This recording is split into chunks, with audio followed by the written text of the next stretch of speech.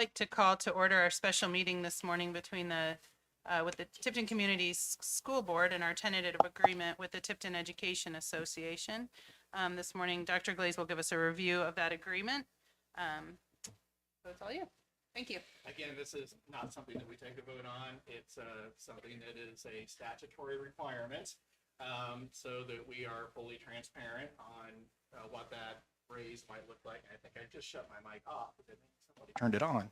There we go. Now I'm live and in stereo. Okay.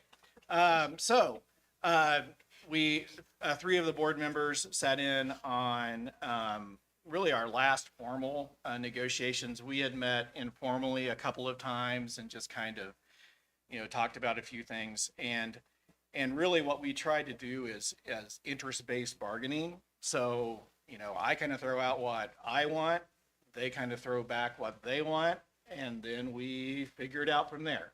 It's a pretty transparent process. I tell them, what we have available, and honestly, I was very pleased with the TEA because I felt like they were really cognizant of the money that we had available, and came up with a way for us to increase our beginning pay, which was a real high priority for me.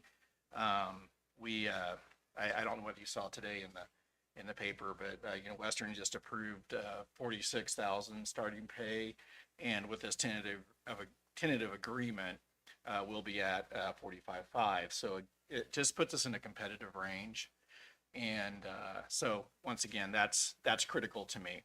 So just kind of going with the presentation, just kind of the highlights. This is a 1-year agreement because we can't have an agreement that goes beyond the 2-year budget. So we're on the final year of the 2-year budget. Starting pay is 45.5. So essentially what that meant was a $1,000 base increase to the majority of our teachers, and a retention stipend of $500. And then we will assume the 6.5 health insurance increase. That's more so we are compliant with the Affordable Care Act. We're always really tight on that. So we had to absorb the 6.5% to put us in that safe area, and we are now in that safe area. We had the attorney for the trust take a look at it, and he like, yeah, you're fine. So, and what can happen with that is if someone goes on the marketplace and is able to get insurance for less than our plan, then we can be sanctioned up to $10,000 per person who can't get insurance at that rate. So it's kind of a big deal. We've had that happen once before I came. Again, we just want to protect that. And then we did have a cap on the salary schedule, which has been something we've been talking about for a period of time, because the way it's set up is it seems like our salary schedule goes on and on and on and on. So we did get some language in place that will help us there. And then just some minor collective bargaining language changes. So professional compensation. So just kind of a snapshot of the last 5 years, kind of where we started, where we are now. So 37,000, which was actually, not too bad for that time period. We did meet the criteria ahead of time for 40,000 that the legislature set out, and then with this tentative agreement, we're at 45.5. So one of the things that the TEA really helped us with was figuring out a way to get our beginning pay in an area that allows us to be competitive. So essentially what happened is we kind of gave a little bit of an uneven raise, where the teachers that have been here and that are returning would get about a $2,000 increase, but our first and second year teachers would get an increase of $3,000 and $4,000, because what we did is just took off 2 lines of the salary schedule and put that, it made that the new line at A and B. So it just kind of made things a little bit different and lopsided. Again, this is a wonderful thing because it allows us to be competitive, and it also allows us to, to provide those first and second year teachers who probably have student loans and everything else a little bit more in the terms of dollars. So line C and above is $1,000 base increase, and then we always allow, typically we allow our teachers to move down a row, which our rows are in $1,000 increments. So it ends up being $2,000 as far as their increase. And then the association really wanted us to take a look at our matching annuity and increase the percentage of the matching annuity. And I just felt like, especially on the second year of a 2-year budget, that was some dollars I was afraid to tie up. And so they really, really wanted us to do it. And we waited our 24-hour period because that was the final request. And talking with the board members on that team, we just felt like the $500 stipend, which is just kind of a one-time cost, would make the most sense and probably makes the most sense financially for the school corporation. This is about the insurance increase. So again, it's just the board pays a flat rate. That increase this year was 6.5%. We were really lucky. In a meeting I was in on Tuesday, there were a lot of double-digit increases in health insurance this year. We don't like 6.5%, but it's still better than the 10 and 12% some of the corporations were having to absorb. So basically, this is the flat rate that we pay toward a single plan and a family plan. In each of these, the single plan and the family plan, everybody has to pay a part of it. We average around 79% of the total premium is what the board pays. In a perfect world, I would like that to be around 85%. However, unless we get a mountain of money sometime, I'm not sure how we get there.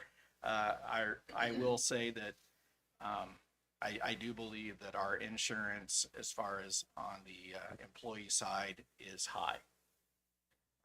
And in talking with the attorney for the trust, he said that we pay probably the lowest percentage of all the school corporations in our trust. So I think it's something we need to look at. It's obviously something we can't fix this year. We've also looked at trying to find the option 6 and the option 7 are part of. There's a health savings account that's part of that. They're high deductible, and then option 8 is a PPO with a really low deductible. We would really like to have a plan that has a little bit higher deductible, so that we could be a little bit more competitive. We're working on that. So that's some of the things that we're looking at, and then maybe being able to offset some of those dollars so we could pay a little bit more on each plan if our top plan costs less, if that makes any sense. The bleak news. We knew that we were going to have a very minimal increase in funding with our decline in enrollment. Right now, that's looking to be about a negative 71,000 compared to last year's funding. Luckily, we've been able to build a fairly decent cash balance in the education fund, so we can absorb that. This is also the reason why we've been looking at reducing positions when we can, and that's something we will continue to look at. I don't like to to, um, I don't like to reduce positions. That's super hard for me to do. But I also understand the economics of it, and teacher pay and staffing is just where most of our dollars go. And so I feel like we have a lot of efficiencies with, even though our electric is going up, we still have a building that's 90% efficient. So we're on our end, I feel like that we're trying to contain those costs as much as we can. However, we can't control what the markets are doing and what those costs end up being. So the cost of the salary increase, essentially, and this is just for teachers. This is not, because I've thrown some numbers at you, but this is just specifically for the teacher side, because this is the tentative agreement side. So the cost of the increase would be $257,000 in pay. Health insurance increase approximately $54,000. I just kind of approximated that, Brooke. I didn't really go back and sort through all of that. The retention stipend is around $57,000. So essentially, that the grand total is around $370,000. We were able, through reductions in staffing, to reduce $328,000 in spending. So really, the net impact to our operating balance in the ed fund is around $41,000. Any questions?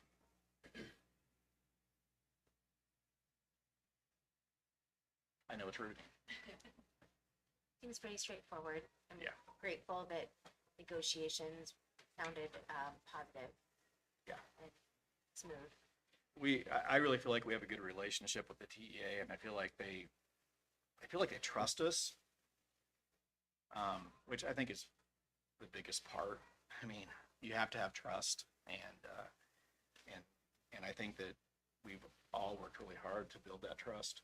So, yeah, I think it went as well as it possibly could have.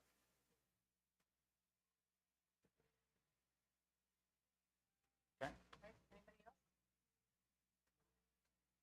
Next on our agenda is any public comments, of which we didn't have anyone sign up.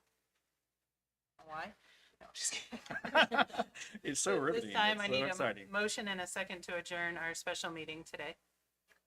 I move to adjourn the special meeting. All those in favor signify by saying aye. Aye. Aye. Opposed? All right, thank you. Thank you.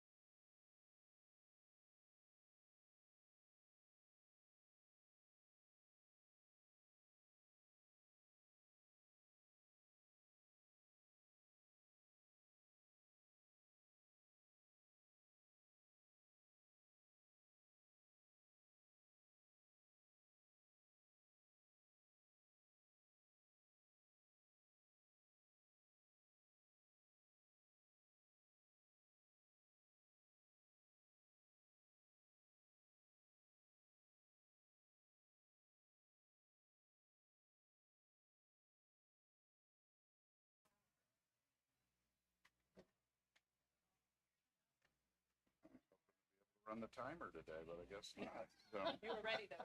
I have it pulled up. Yep.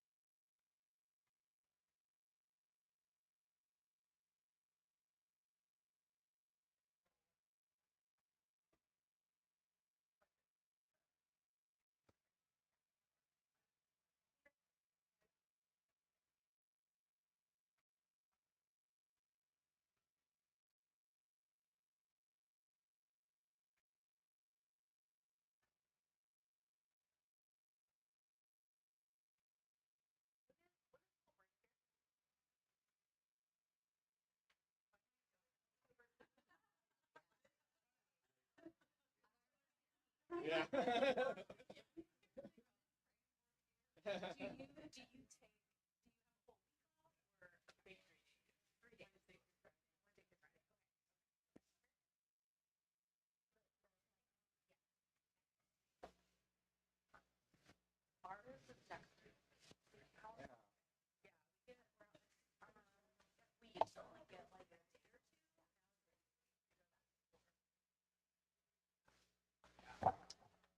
Okay, I would like to call to order this morning's work session.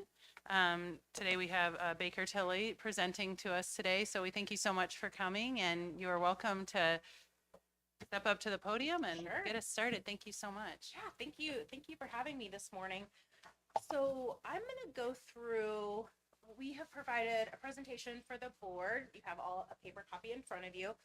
I'm going to walk through that information.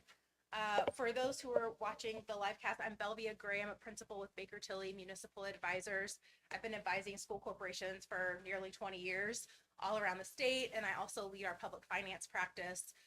Baker Tilly most of our folks are here in Indiana, but we also have folks all around the Midwest and across the country serving our local governmental units. With me is Lacey Vachon. She's one of our senior consultants. And so the plan this morning is I have information to go through, and then I have other information, just depending on what kind of questions the school board has that we can talk through. And so it'll be conversation. I'll go through the presentation, but you can stop me at any time. Okay? All right, sounds good. All right, just in discussions with Dr. Glaze and with Brooke, the reason that we're coming to chat with you this morning is just in looking at some of the capital needs of the school corporation. The question was asked, okay, how, when might we be able to look at a debt issuance to take care of those improvements? So the report that we put together looks at your existing indebtedness, which the report should be familiar to, I think, all of you for just the meetings that we've come to present to in the past. And then we did structure in a bond that we assume would be issued in 2025. And I do want to point out that what we put together is really illustrative. So really a jumping off point. We can take it a lot of different directions in terms of sizing, repayment term, all different kinds of things. So please don't take this information as this is it, this is the plan, this is really the jumping off point. Okay? All right, so starting on page 2, we always like to put together a schedule of your existing indebtedness because it helps to see the overall framework of what the school has been up to and all of the different capital projects that you've taken on. So this first page, like I said, includes all of the detail for that. The school in the past has had a mixture of repayment terms on the debt that it has outstanding. You can see the 2017 bonds that we had, those are all being repaid within 10 years. And then the most recent improvements, those we had more in the 20 or so year time frame. I should say that a lot of times when we look at repayment terms for debt issuance, we want to make sure that the repayment term matches the useful life of the improvements that are being made. And so for school improvements, certainly that does tie us into about it could take us up to that 20-year time frame, which is the maximum repayment term for bonds in Indiana. In some other states, they let them go 25 to 30 years even, but Indiana, it's been 20 years repayment term. I think, gosh, it's probably been at least 20 years that the 20-year repayment term has been the maximum. Page 3 then shows that same information. I tend to prefer this graph because it shows it all in picture form. And I myself am a visual learner, so I like how this graph looks. We're showing all the schools' outstanding indebtedness. The school, the payment levels are in the $3 million range, so we're expecting that they'll be in the $3.3 million range. You'll see the outlier in 2025.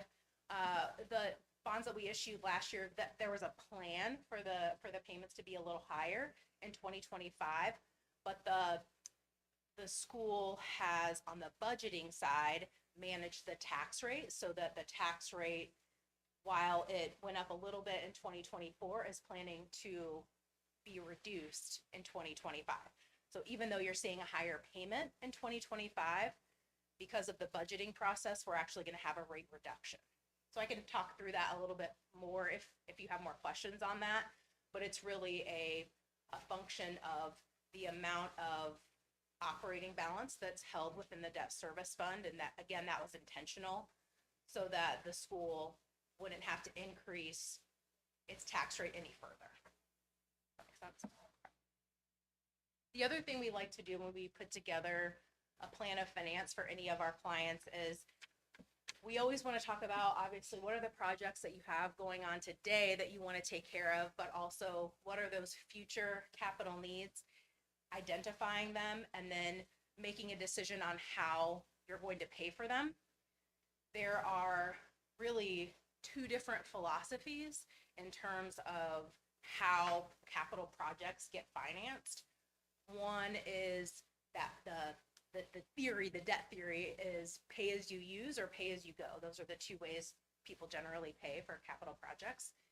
Pay as you use theory is more rooted in debt issuance because the theory is you are issuing debt that is going to be repaid over the useful life of the asset, and people who are getting advantage of the use of that building over that entire time frame will be paying for it. So that's the pay as you use theory. Pay as you go is taking cash that the school has on hand or that you have accumulated for specific capital types of improvements, and you're using cash to pay for them, obviously not issuing debt in that instance. And so those really are the two main ways that capital projects get funded. And there's great reasons to use both. A lot of folks that we work with use a mixture depending on the type of capital improvements that you're looking at and the useful life of them.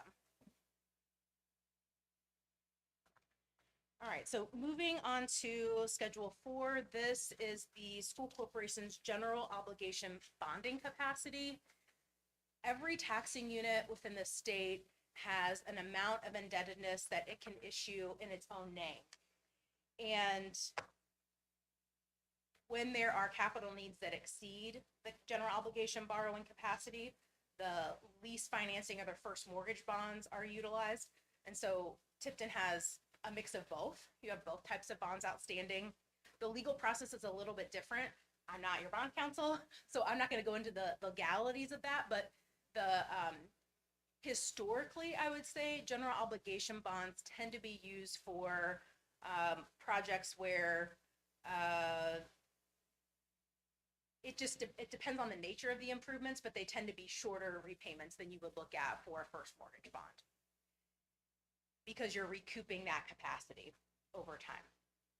The way it's calculated is by looking at your most recent net assessed valuation. And so the 2025 AB is out for Tipton schools and it's $885 million. That's a little over a 12% increase over your 2024 assessed value. And so that number changes year by year. It's divided by 3 and multiplied by 2%. those are numbers that are within our state statute and our constitution, our state constitution. So that's the reason why for the 3 and the 2. So you arrive at the debt limit of 5.9 million. And then we deduct from that any outstanding general obligation bonds. Payments. So it's the payments that are outstanding. And so you have 2 general obligation bonds that are outstanding right now, your 2017 and 2023 bonds. Your 2017s are going to be repaid after next budget year. Your 2023s go out a little bit longer. They'll be repaid in budget year 2029. That gets us to your general obligation capacity of about 4.4 million. Tell me again how you get the 1.4 million. If I add those two together and I get 0.8, 0.9 million. That's a great question. That's both the principal and interest. So the payments that are shown on that schedule are both principal plus interest. The debt that we deduct is principal payments only. So the calculation only takes into account principal payments only. The reason for that is interest rates are different every time people issue bonds. So this was one way for them to keep track of, basically to equalize for that. So they're just looking at principal outstanding. It's a great question though. Yeah, and so the general obligation bonding capacity, kind of following that thread, that is based on the maximum borrowing amount. So that would be the principal amount that you could have outstanding in general obligation bonds. Any other questions on that for now? Okay. All right. The next schedule then shows the combination of existing, and then we put together an illustrative repayment for general obligation bonds. We have them repaid over about 10 years is what we're showing here. So the darker blue bars represent all of your existing indebtedness. The lighter blue, kind of grayish bars represent the illustrative repayment structure for the 2025 bonds. And then the line graph there shows the estimated debt service tax rate for the school corporation. In 2024, your tax rate was a little over 41 cents. It's 40.4177 cents. With the planned spend down of some of your operating balance, about $100,000, I think, Brooke, is what we were estimating, and the assessed value increase, we're expecting that your 2025 tax rate for debt service fund only would be just under 40 cents. So what we are showing right now is 0.3996 would be the estimated debt service tax rate. So that's what year? For 2025, for next calendar year. And then the way that we were looking at it going forward is keeping the rate at around that 0.3996. And then it continues to fall off as your debt payments fall off. I do want to mention that just like there's differences in debt theory, like how do you finance capital improvements? There are also different ways that you can approach your debt service fund in terms of what we like to call a rate management type strategy, or a levy management or payment management strategy. I would say a lot of districts use a mixture of those. It just kind of depends on where their particular set of circumstances at the time the debt is issued. So by that I mean we could look at a few different ways of approaching things for the debt service fund. You can either keep that rate at a little under that 40 cents. So then as the assessed value grows, we know that assuming you have a list of projects that you want to get taken care of, we would structure the repayment around knowing that at least at the time of issuance, that we will keep the rate at around the same level, plus or minus, right? Like it's kind of, there's a little bit of wiggle in there. The other approach is, so that would be keeping the tax rate around the same level. The other approach is you could look at keeping the levy or the payment structure around the same level. So for example, with the illustrative bonds that we have included, the total payment structure is about, let's see here. We're showing about 3.7 million in payments So that's about $350,000 increase in payments that you're able to take on because you have a higher assessed value. So you're able to collect more for actually a lower rate than you even have today.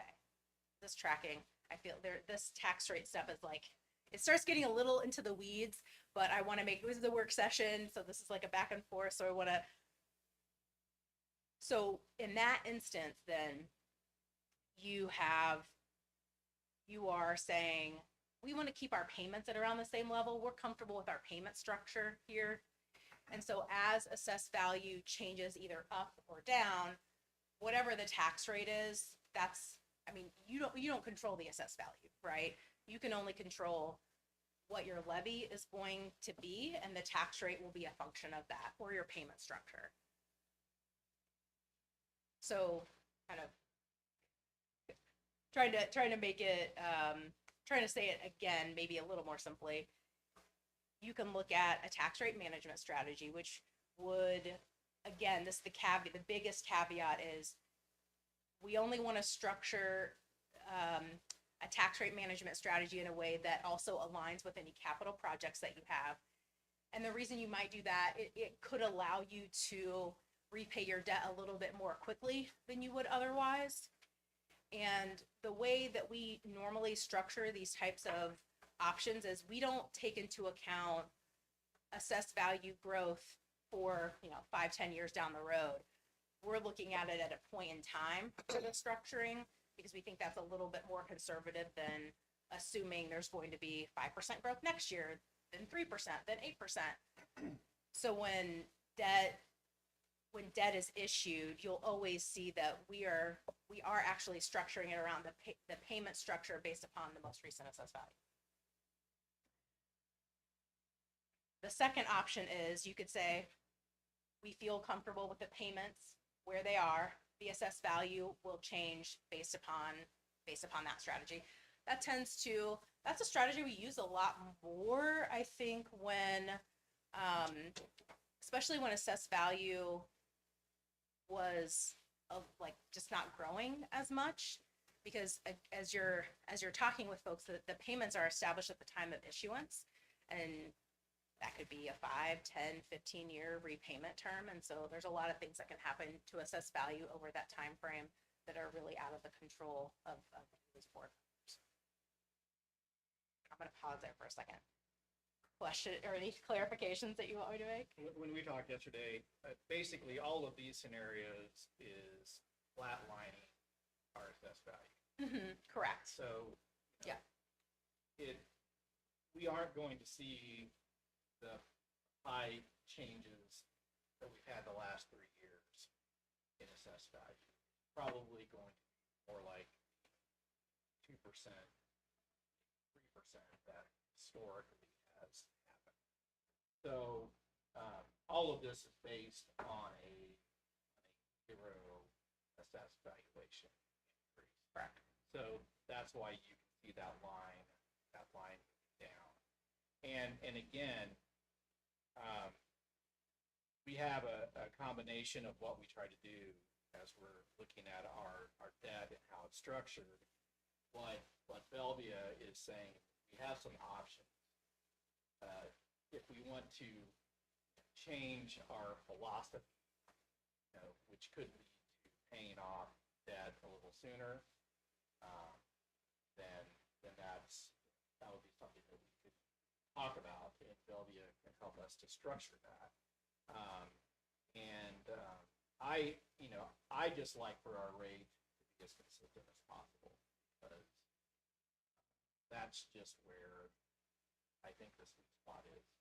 And honestly, that's why a lot of corporations do a GEO bond, essentially just to keep everything the same. And especially on the group that I was a part of on Tuesday, that was a big topic with superintendent.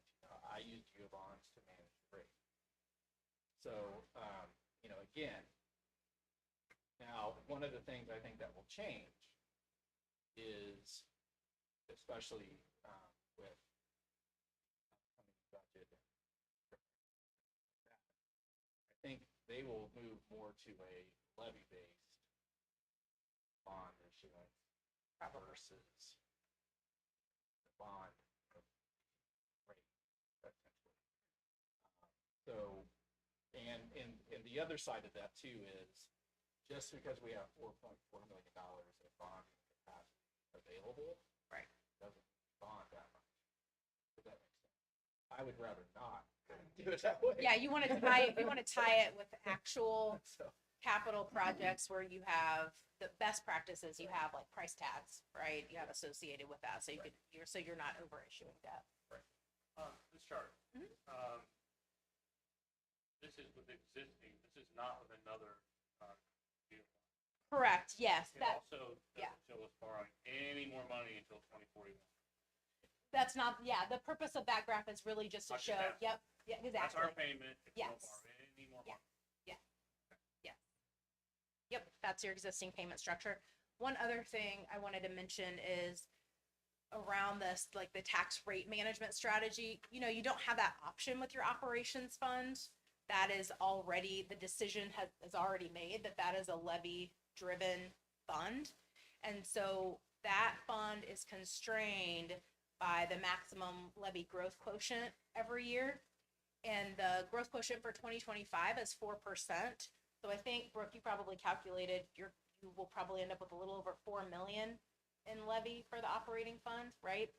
So I did a quick calculation, and your operating fund is about 49 cents this year. With the levy growth of 4% and the assessed value growth of 12%, your rate, I think your estimated rate next year for your operating fund is going to be about 45 cents. So that operating, right? Okay, I was on track. Okay.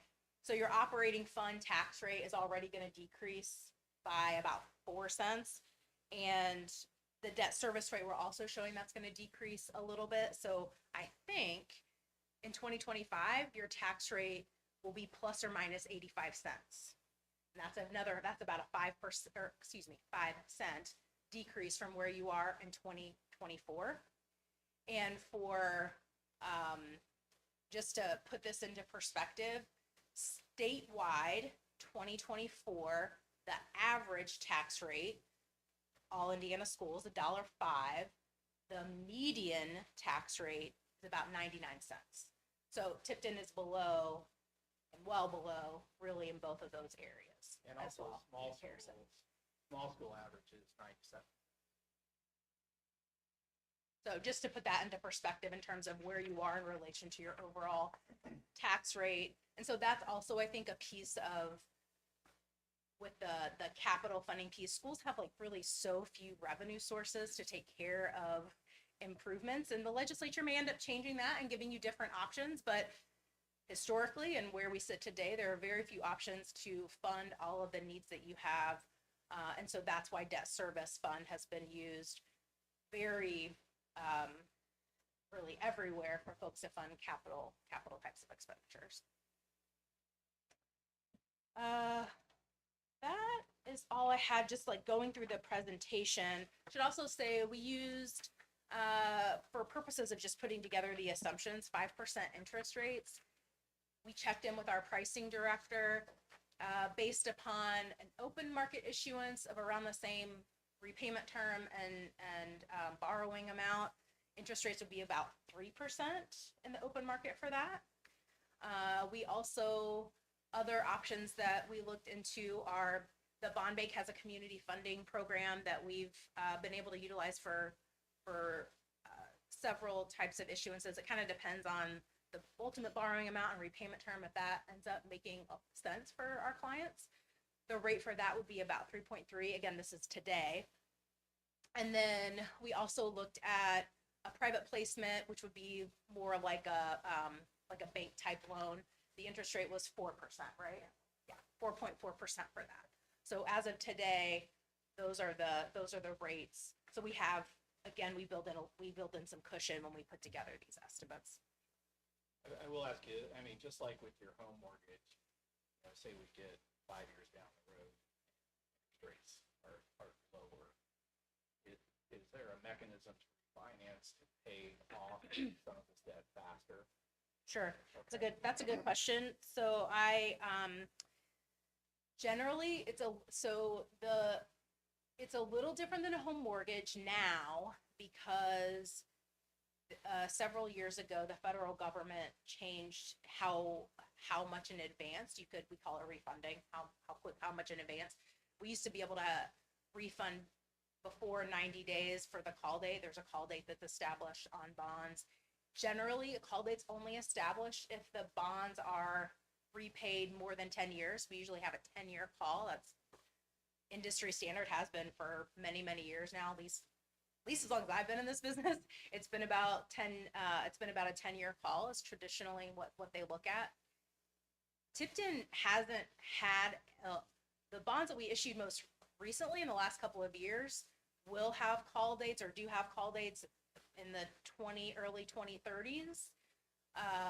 But all of your other existing indebtedness, because we had shorter repayments, does not have a call date. But yes, we will continue to monitor that. Some of those bonds that were issued, we have several bonds that were issued kind of in that 2020, 2022-ish timeframe where rates were so low. I don't know.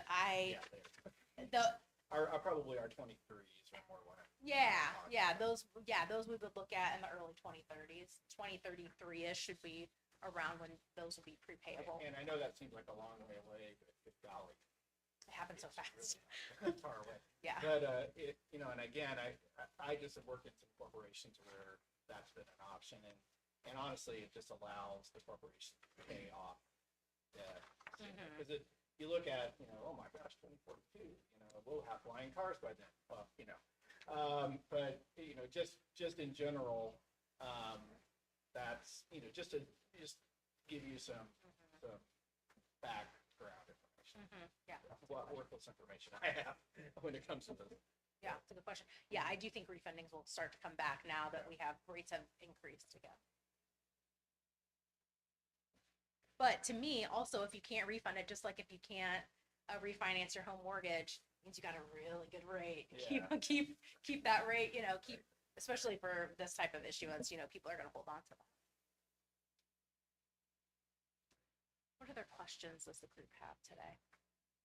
Our AV is based upon a theoretical number that this is what all the land is worth, right?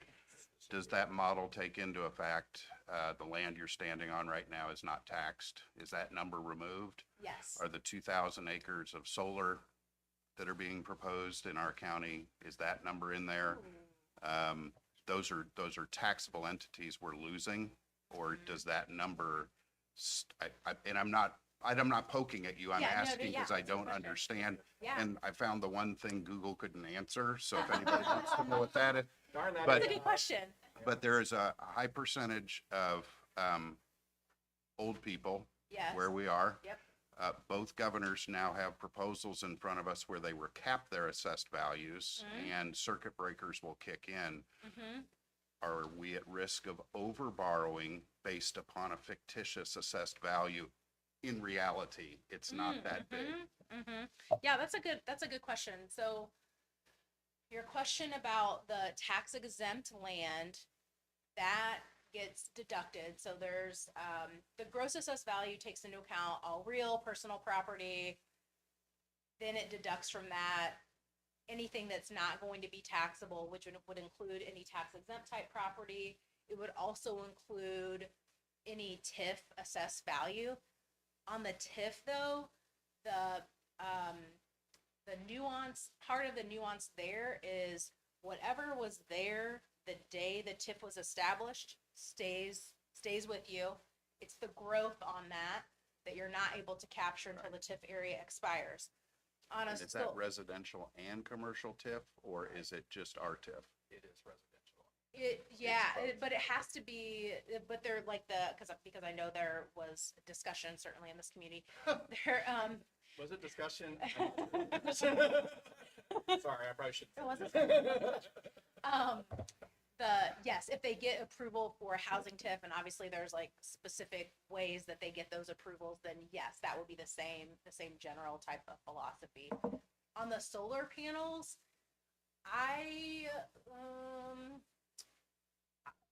I'm gonna fact check myself. We'll check to be sure.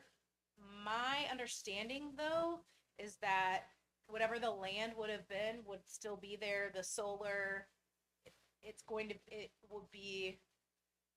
Well, no, you know what? I'm gonna find out. Okay.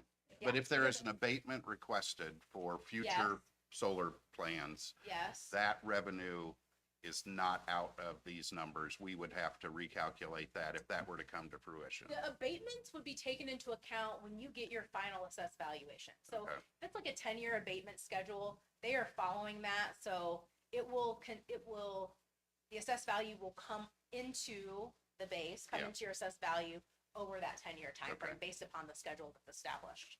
Okay, so from a mortgage perspective, my son qualifies for X amount of dollars, right, at the bank, and I'm like, you don't want to borrow that much money because you haven't taken your car payment and this and that. And so what I'm trying to understand is what can we really afford to do Oh, based upon some of the giveaways that we're getting ready to do or have done in the past? Mm-hmm. One of the things I pulled when the school corporation last issued bonds, you also got a bond, like you also went to Standard and Poor's to get a bond rating. And when you go through that process, Standard and Poor's is looking at the creditworthiness of the school corporation. They look at different things like economic indicators, like assessed value, the ability of your community to pay, things like that. They're also looking at financial indicators, your debt. And on the economic indicator side, let's see here. They are saying actually your market value, so your assessed value per capita, the most recent one was, it says 114,000, I believe is what's here.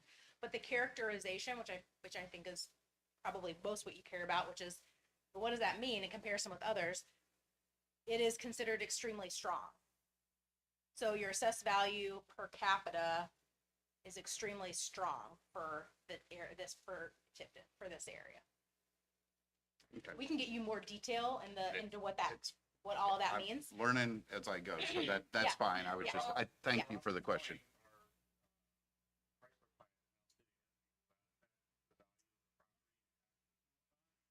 The, Rumors it's being sold, but right now Oh. it's empty. well, that's probably already, because that area was tipped, right? It was already tipped, so that's not, that shouldn't impact because it hasn't been part of your assessed value anyway. Yeah, and we normally ask, well, when you go to get a rating, we will ask the auditor, hey, are there any major appeal? They're supposed to report that actually to the school corporation if there's any major appeals that they're hearing. And yeah, so we think that, yeah, Like, that's a good I don't question know. though. I'm looking around the county going, Yeah, things aren't growing. yeah, but when you we do got have, a good rating. yeah, what I saw, yeah, Well, well, I think yeah. my question then to follow up with both of them is, I mean, my assumption, and maybe this is just simplifying it, but you operate as somewhat of, I mean, as our financial advisor, what position would you put us in? Like, what is your counsel to us as we look at capital, projects, but also look at declining rates and, declining balances? What would your counsel be? So yes, thank you for pointing that out. Yeah, as your municipal advisor, we actually have a fiduciary responsibility to you as our client. So yes, we do have to provide our recommendations based upon the expertise that we have, and also that we're taking your best interest into account. When we looked at, again, this was from the rating last year. I know we looked at spending down a little bit of your balances, but you were at 20%. The last your operating balance was 20%. So that would have taken into account your the balance in your general fund and rainy day fund as a percent of the expenditures out of your general fund. That is extremely strong. The prudent range that we normally see is between 8 and 15%. So that's kind of, I would say that's, so over 15% is fantastic. But the range that we most normally see is between that 8 and 15% for a lot of districts We're within the state. dropping, right? We're using some of that money. So two different, so in your debt service fund, That is not counted in this calculation that I'm talking about. They are purely looking at your general fund, how much money you have to operate in that way. So debt service is separate from that because, that's a good question, because there are different limitations on how much you can have in your debt service fund operating balance, and you are limited maximum of 15%. I think there used to be up to 50. I think all the debt you have outstanding now is 15%.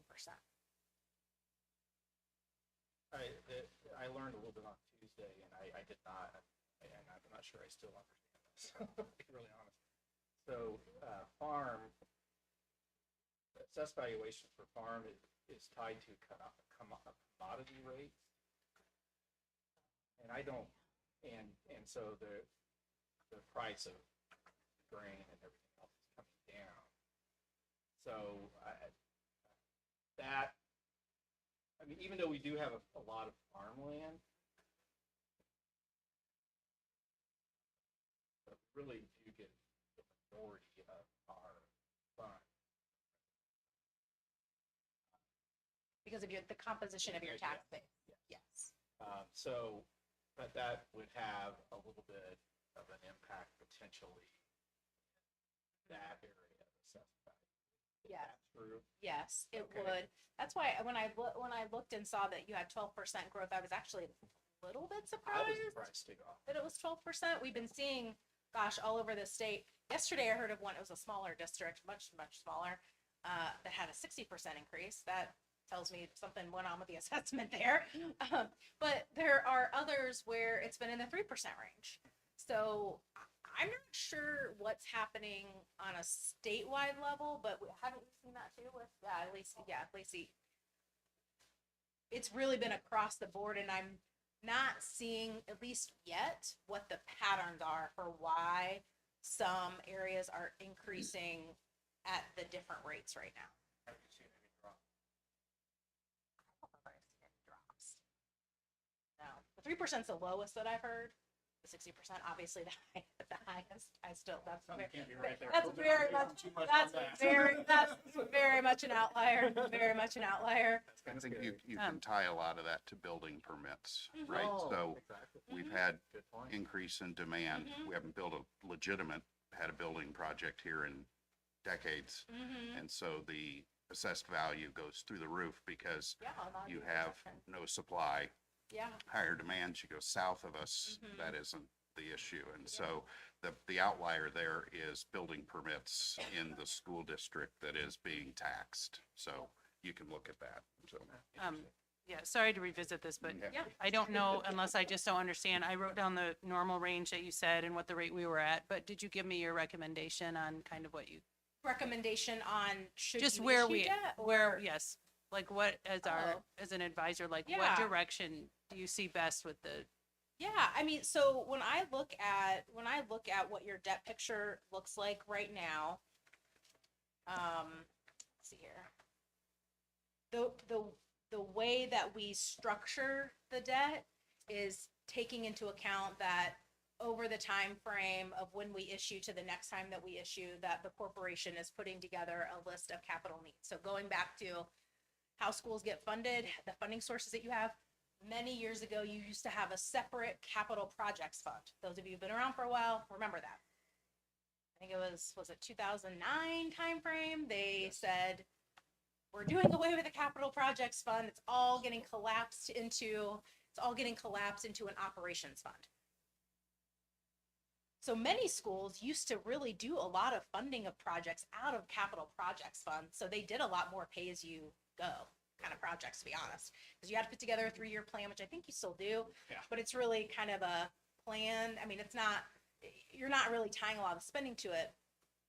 In that same time frame, the pressure of how much needed to be spent out of what types of expenditures needed to come out of the operations fund continued to balloon, because there was more pressure statewide on the education fund, which is where that is primarily, or really now almost solely, funded by state funding that you get. You don't get property tax dollars in your general fund.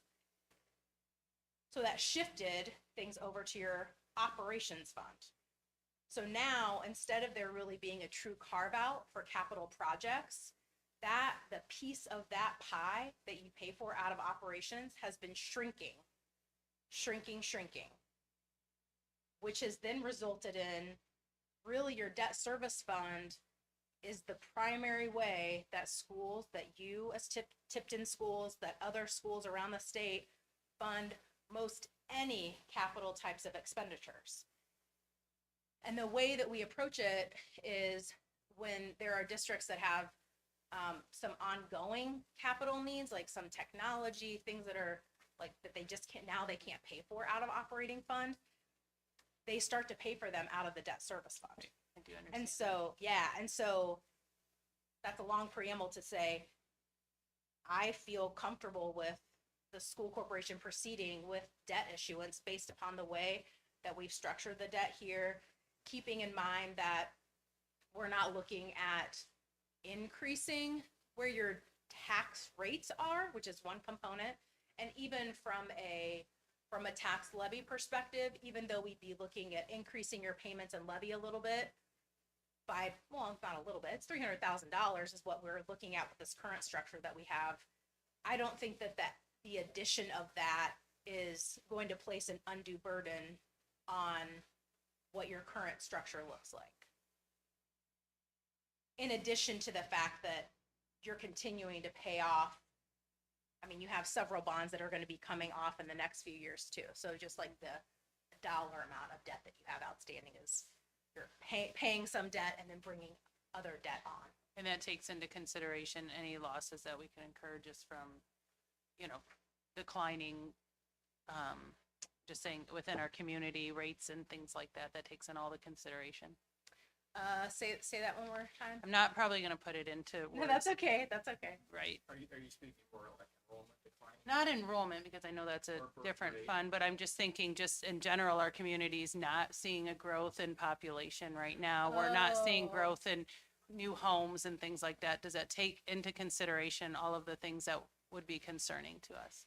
So from a, you mean from a facilities perspective, the upkeep? I'm of just the saying, building? we don't have any new homes coming in, all of those, Oh. Is kind it of still things advisable? Is that what you're asking? Is it Yes. still advisable? Yeah. within those things. So that's, I mean, that's a really good question. I mean, I think if we were sitting here and you were talking about, we want to build a new elementary school, I think it's those kinds of, if you were saying that, hey, we want to look at a brand new building, or we want to Right. do, I think we would want to have additional conversation about why, we're seeing more and more districts in similar situations to Tipton move to a consolidated campus, right? So looking at bringing folks together and making sure that the facilities that they do have that they are keeping up with them, because the cost of deferred maintenance, I've seen districts where they have not kept up with their maintenance over the years. So then, they wait 5-10 years, and then the cost of that, obviously has grown. And so some of those districts end up looking at tax rate increases because they have not been really keeping a close eye on what needs to be the repair schedules of everything that they have. Does that help? Is Mhm. that a Yep. little- okay. Thank you very much. Because we can borrow $4.4 million. Mhm. So you're saying we should not borrow $4.4 million. What is our financial budget? Are you comfortable with us borrowing beyond the debt? Well, I I'm looking can't. for a number. Yeah, but I can't give you a number until I see, I don't feel like I don't believe in just throwing a number out unless it's attached to like a project that you're planning to take care of. Like because- we have roofs that we need to replace. or Yeah, I things mean, like that, if we. Yeah, I give mean, you an don't idea. always have like the exact, it's not because you have to bid, right, to get the actual amount. But I wouldn't advise, with Tipton being the size that it is, unless you had like a list of projects that exceeded the 4.4 million or were at the 4.4 million, I wouldn't advise that you issue that much money. Like, between us as your financial advisor and then bond counsel, we will be looking at what is the plan to spend this money? What is the time frame that you're gonna spend this money down? And the school bond council's not gonna sign off on this. We're certainly not gonna be comfortable with you issuing more money than you can tie projects to. And one thing that will help us, Eric, is right now, actually starting on Monday.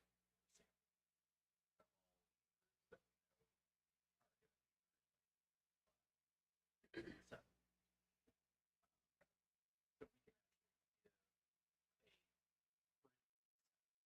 give you guys a pretty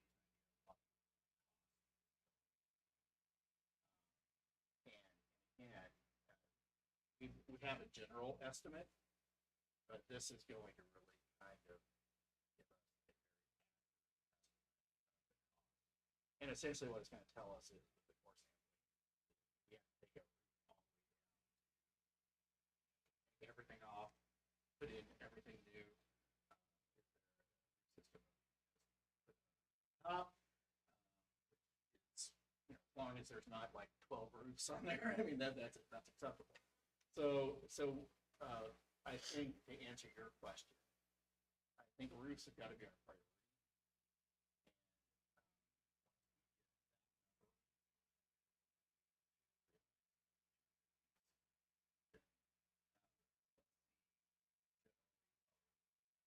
And then when you have that number, then you'd be able to counsel us on whether that is something that is within our. And we're talking about 3.9 instead of 4.185 because of the new legislation. Right, yes, Debt service rate. we would have to, we Yeah, have to use yeah, operating, 40 cents, we would yeah. have to use operating balance when we get the 1782. Mhm. We would have to do an appeal, change our operating balance, get the rate down. 39. 39 cents. So I do have some specific questions. So I noticed in 2024, there were 3 bonds we made no payment on. Yes, your 2023 bonds. Is that what you're asking about? One of them's from 22, and one of them's from 23. One of Oh, the 22Bs, yes, uh-huh. Yes. Is that just how it was originally set up, that we would make payments and the interest would just grow? Why Uh, are we the- doing that? So the interest on the bonds it's fixed at the time that the bonds are sold, so at the time of issuance, that's all established. For the bonds where you issued the debt but are showing the asterisk with no payments, when those bonds were issued, part of the plan of finance was that one of the project costs was interest expense. So we budgeted for that when we looked at the overall cost of the project. So those funds were set aside at the time of issuance to make those interest payments. We borrowed more money to pay more interest, so we wouldn't have to make payments. That's what I'm hearing.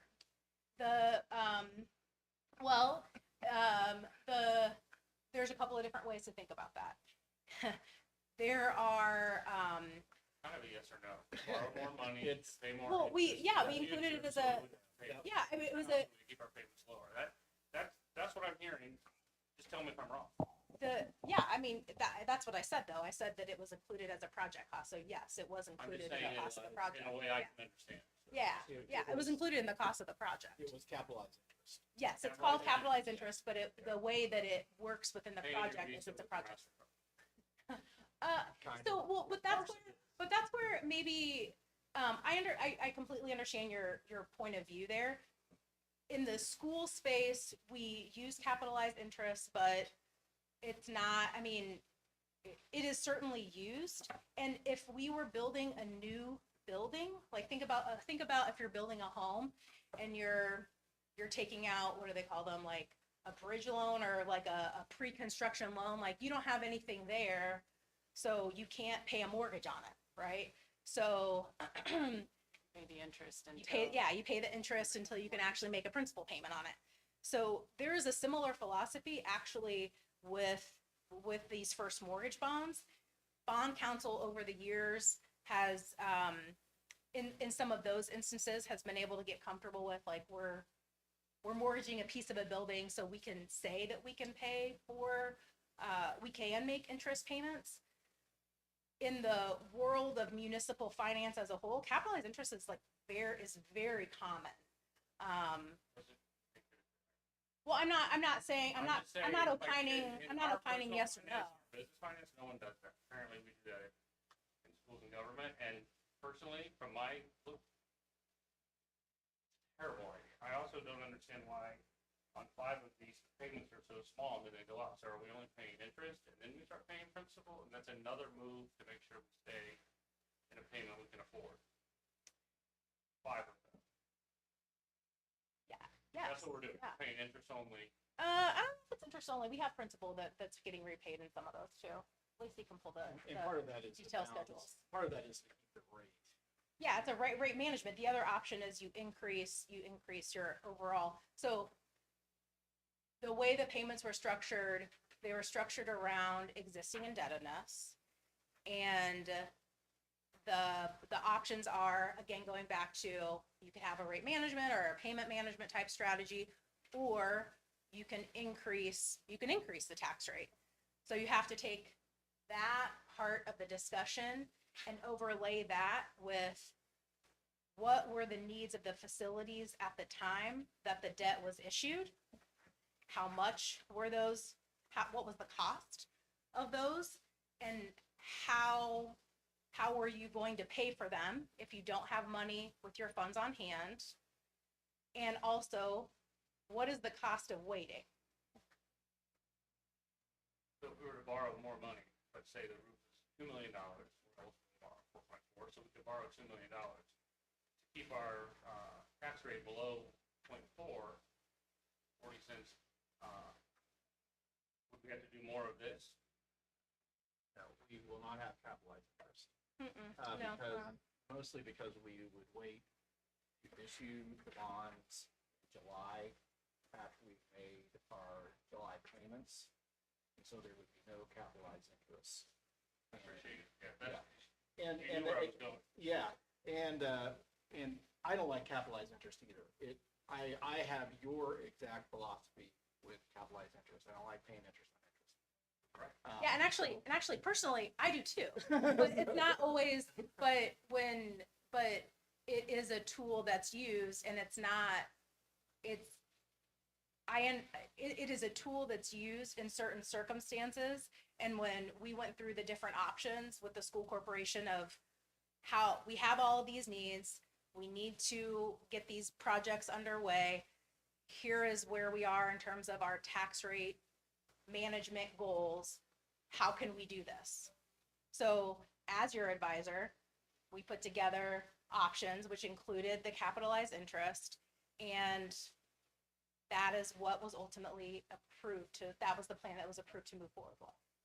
And again, we. I totally understand, Yeah. but also I totally understand, and I also understand that there is a place for it, and the circumstances under which Tipton made the decision to utilize capitalized interest, I think were good reasons. Dr. Glaze knows what I think, and that's why he already Yeah. said, we're not gonna do it Yeah. anymore. He knows. Yeah. Right, well, and. Yeah. I and mean, no, in personal finance, in Yeah. business finance, anywhere outside of the government, no one's doing that. No, I totally get it. I totally get it. I totally get it. I understand. We're painted into a corner and Yeah. how we get money to Yeah. pay for things. I do, but I just don't want any more of that. Yeah. As a taxpayer, I'm sitting here as a taxpayer, representing taxpayers. And I can tell you, I have a number of friends and people in my family are CPAs, and when I tell them we're capitalizing interest, they run home to see if their school districts are doing that, because they think that it's terrible. They should. Terrible. Yeah. I'm not blaming you. No, I understand. I understand. Don't take Like it I said, personally. no, I totally understand. These are good questions. And like I said, I mean, Terrible idea the rest of the world. I don't do it in my personal life either. Yeah, I totally get it. Yeah, but that's one of the reasons why, I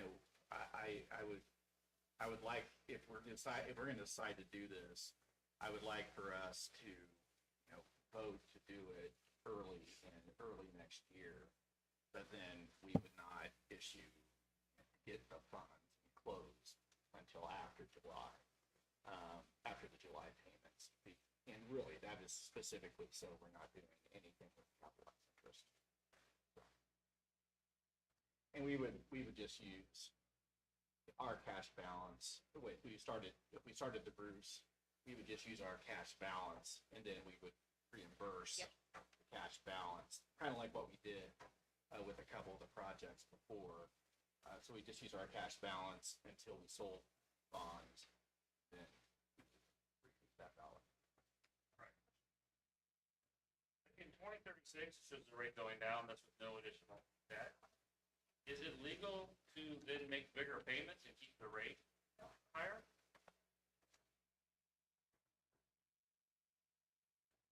Pay the bond off Oh, faster? it is a, Right, like I make extra payments on my mortgage. yeah. The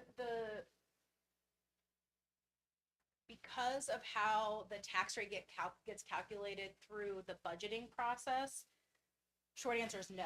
That's what I figured. Yeah, because going back to your comment about Only taxpayer draw dollars, they money from only the want you, taxpayer yeah, to pay the yep, debt you owe. yep, they only want you to have in there how much you need in order to pay that. Yep, I figured.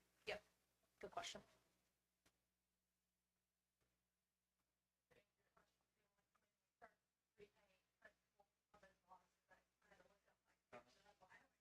It's not till 2029, so it's interest only. So I want to make That's sure what I you answer that. Yeah, interesting.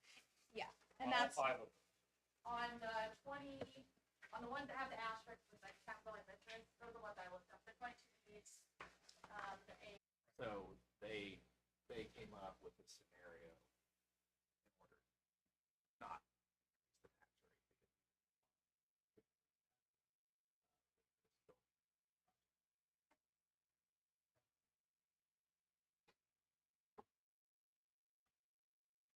another question, Steve. Good discussion. Thank you. I Good mean, question. there'll be a wealth of knowledge. I mean, sometimes she talks about things I just kind of go, I have no idea what she's talking about. But, you know, but God love her, she does try to explain it to me, even though I would have to take. I would say just look up Eastern DeKalb School District and their AV. They were projecting a drop. I don't know if it did or not, but they Okay. were looking at a 20% drop. Wow, did they have a large Wow. taxpayer? Did they have a large taxpayer? They were just projecting that. I haven't seen what Oh, happened. wow. I looked it back up in my notes. I haven't looked it back up to see what the real number, Okay. because the real number would have just come out. That article. was Okay. from- Yeah, I don't think that we work with the Cal County. I think it's specific.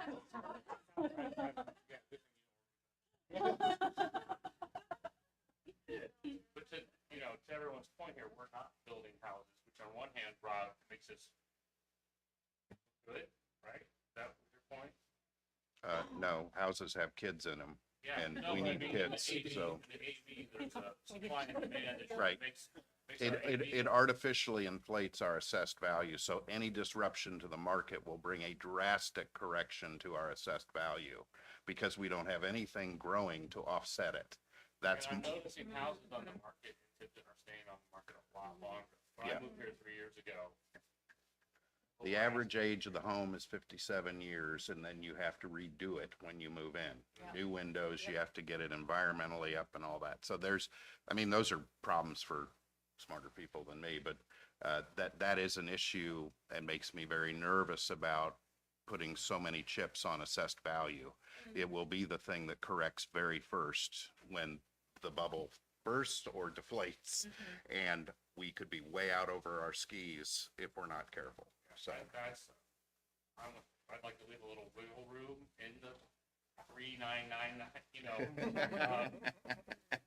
for an adjustment that hurts us. So Yeah. my neighbors are trying to sell their house.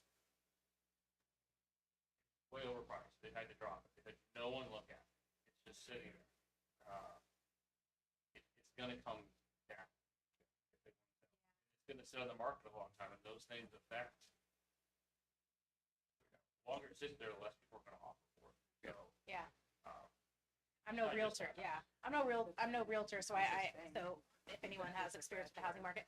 But, the Fed did just cut rates by 0.5%. It's a good number.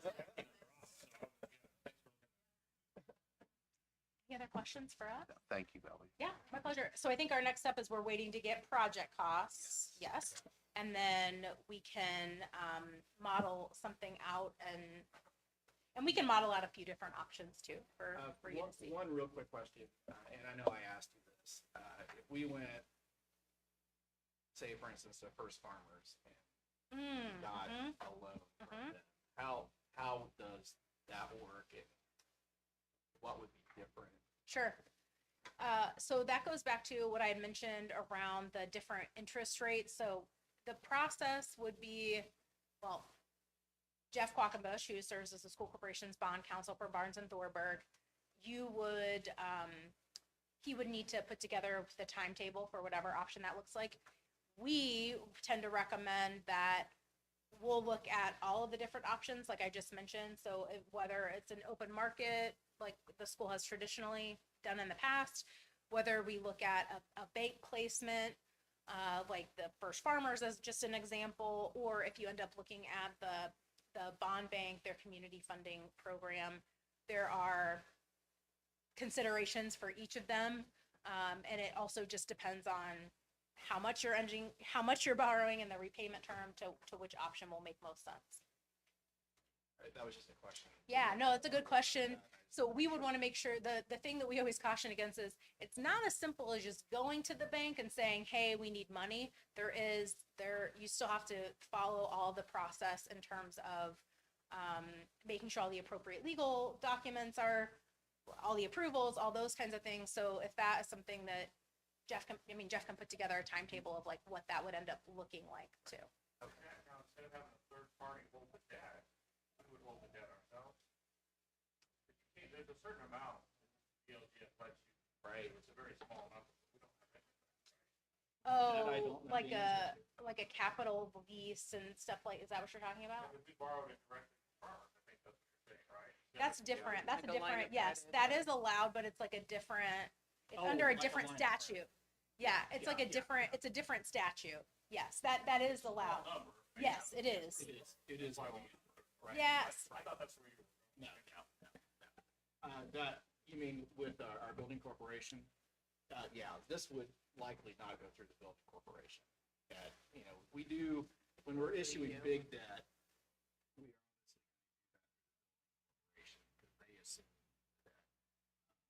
But for small borrowings like this, that's The corporation. That's fine. So that's not, would not be a third party. Just because of the,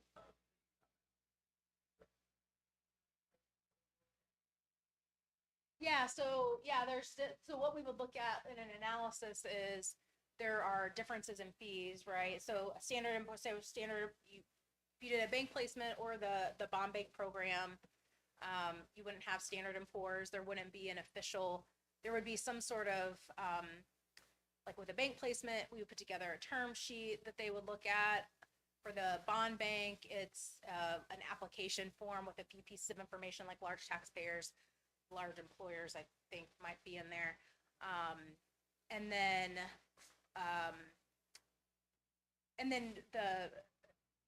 then on the open market, that's where the rating comes into play. So again, if we're looking at a smaller borrowing, shorter duration, the math starts to look a little bit better maybe for a bond bank type issuance or a private placement potentially. But like I said, even when we were just talking about the rates, right now there's like a 1% difference between even what like the banks are offering versus the bond bank. In the bond bank program, they get funding from the state, and so it's really their pool of money that they are loaning out, and then they are setting the interest rates. So that's why we'll look into that. That's why for the bonds that we've issued previously, the community funding program, the bond bank program really wasn't as robust as it is now. I would say over the last year or two, we've been taking more and more clients to the bond bank depending on those needs. And private placements have, for property tax supported bonds, most of our school issuers, just because of where the interest rates are, the math hasn't nudged us in that direction as often because it's the amount of interest expense that you pay on a larger and longer repayment bond, the cost of getting the rating and all of that is offset, right? So we're not going to have you pay. So it's like, kind of have to figure out like, where does the money come from, right? It's gonna come from one place or another, and where do you want to spend those dollars? Good question.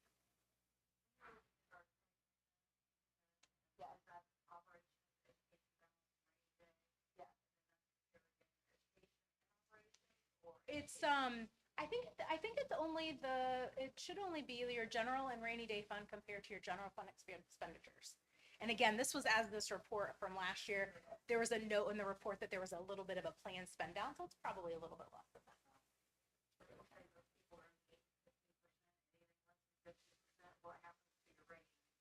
Actually, if you're within 8 to 15%, you're good. It's below 8. We don't want to see people, like I said, most people are within that 8 to 15% range or even higher. And I would say, especially knowing that your enrollment is stable, there might be some fluctuations, maybe with some housing, there could be growth there, but having a little bit of a higher operating balance is certainly is certainly prudent, just knowing that there's fluctuation in the dollars you receive.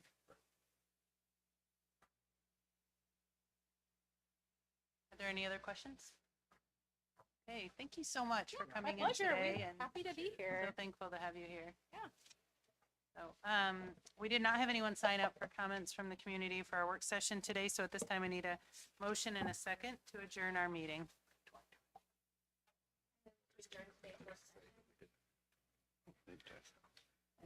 Okay, all those in favor signify by saying aye. Aye. Opposed?